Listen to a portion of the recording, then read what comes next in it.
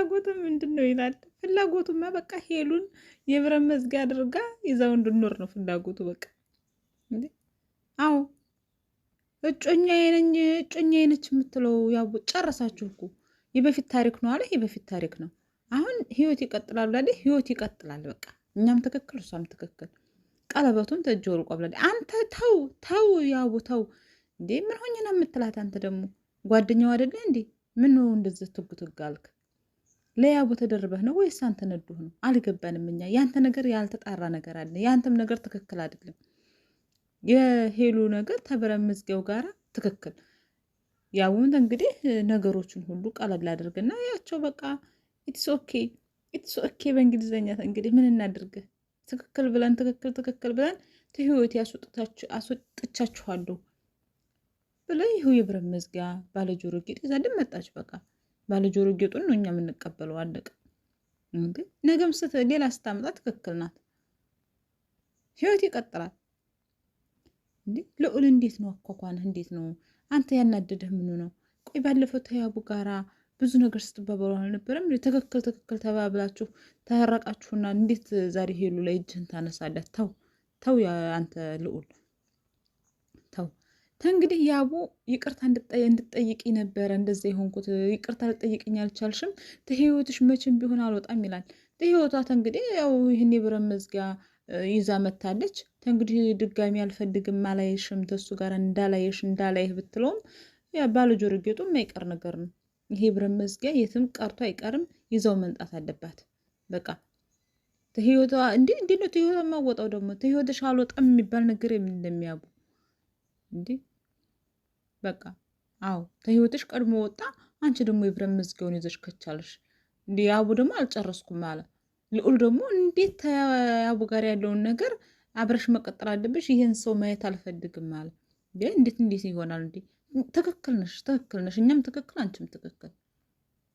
ሰላም ጤና ይስጥልኝ። ውድና የተከበራችሁ የራሷ ዩቲዩብ ተመልካቾች እንደምንላችሁ፣ እንደምንከረማችሁ፣ እንደምሰነበታችሁ። በእኔ ጋር ሁሉ ሰላም ሁሉ አማን፣ በእናንተም ጋር ሁሉ ሰላም ሁሉ አማን። ለራሷ ዩቲዩብ አዲስ ከሆናችሁ ላይክ፣ ሰብስክራይብ፣ ሼር አድርጉ። የቀድሞ ቤተሰቦች ደግሞ ቪዲዮ ላይክ እያደረጋችሁ ወደ መጣንበት እንሄዳለን። እንግዲህ ሁኔታ ሁሉ ታምራቱ እንደቀጠለ ነው። እንሄድበት እስኪ እንዴ። እኔ የምላችሁ ሄሉ ትችያለሽ ነው የምልሽ። ባለጆሮ ጌጡን የብረት መዝጊያ ይዘሹ ከች ስላለሽ በጣም ትክክል ነሽ። እኛም ትክክል፣ አንቺም ትክክል። ልዑል ግን ትክክል እንዴ። ታው እንጂ ልዑል ያቡ እንደዛ እንዲህ አይሆንም፣ ይሆናል፣ አይሆንም፣ ተህይወቴ ውጭ እንዳወጪ ነይ ውጪ አልፈልግም እያለ ሲጋበዝ አሁንም እኮ አንተ ጋብዘው እኮ ነው። አሁንም እኮ አንተ ተለማምጠው እኮ ነው። ለአንዴና ለመጨረሻ ነው እሷ ጋር የሚሄደው እያለ ፍቅር እኮ ለአንዴና ለመጨረሻ እኮ አያስብልም። እስከ ሞት እስከ ላይኛው ጥግ ድረስ እኮ የሚኬድበት ነው። ፍቅር ነው። ተስፋ የሚቆረጥበት ነገር የለም። ተስፋ የሚቆረጠው የሰው ልጅ ሲሞት ብቻ ነው። የሰው ልጅ በህይወት እስካለ ድረስ ተስፋ መቁረጥ የለበትም። ለፍቅር መጽዋዕትነት ይከፈላል እንዴ። ምን ችግር አለው? ፍቅር እኮ ነው። ታዲያ እሷ እንደዛ ብዙ መጽዋዕትነት ስትከፍል እርጉዝ ሳኮን እርጉዝ ሆኖ በቃ እወደዋለሁ አፈቅረዋለሁ እያለች እንደዛ ስንት መጽዋዕትነት ከፍላ ተህይወቴ ሁለታችሁንም ውልቅ አድርጌ አወጥቻችኋለሁ የላችሁም ሲል እንግዲህ ብቻዬን ከመሆን ብላ ተሚበርደኝ ብላ አንድ የብረት መዝጊያ ባለጆሮ ጌጥ ይዛልን መጣች። እኛም ደግሞ ትክክል ብለን ተቀበልን እንዴ። ምን እናድርግ?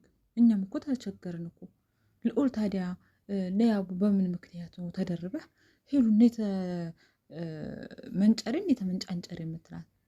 ይሄ ሰው እየታዘበ ነው በጣም። አሁን እኔ እንዴት እንደዚህ ይሄን ልጅ ጓደኛዋን እንዴት ይሆናል ብሎ ነው እንጂ አስተያየቱ ራሱ በጣም ከባድ ነበረ። እኔ ስመለከተው የነበረው ልዑል ራስህን ጠብቅ፣ ተው በቃ የያቡ ነገር ያበቃልን ነገር ነው ብላለች። እሷን ያለችው እኛም ትክክል ነን፣ እሷም ትክክል ነች። እኛም አይተን የምንፈርደው እኛም ተበሳጭተን ነበረ በጊዜው። እኔም ተበሳጭቻለሁ እንደ ግሌ የራሷ ዩቲዩብ ለምን እንደዛ እየሆነች ስለምነው ተኝቶ እግሩን እየሰበሰበች ቁርሱን ሻይ በዳቦ እየሰጠች ተንከባክባ እንዲህ አንድ ሌሊት ሙሉ ፍቅር አሳልፍን ብላው በማግስተኛው ቀን ያን ሁሉ ረስቶ አልፈልጋችሁም ልዩም ተህይወቴ ውጪ ሄሉም ህይወቴ ውጪ፣ እኔ አልፈልግም፣ በቃ ውጡ እንዴት ህይወቴ ብሎ አስወጥቷቸው። እንግዲህ ሄሉ ሳትውል ሳታድር ቀልጣፋዋ የብረት መዝጊያውን ባለ ጆሮ ጌጡን ይዘው ከተፋላለችም። በቃ ጎምላለው ብለናል። እንግዲህ እኔ ጎምላለው ብያለሁ። ይመቻቸው ውዶች፣ ፍቅሮች። እናንተ ያላችሁን በኮመንት ላይ እናንተ ማስቀምጡ። እወዳችኋለሁ። እስከምንገናኝ ትናፍቁኛላችሁ። ጉድ ባይ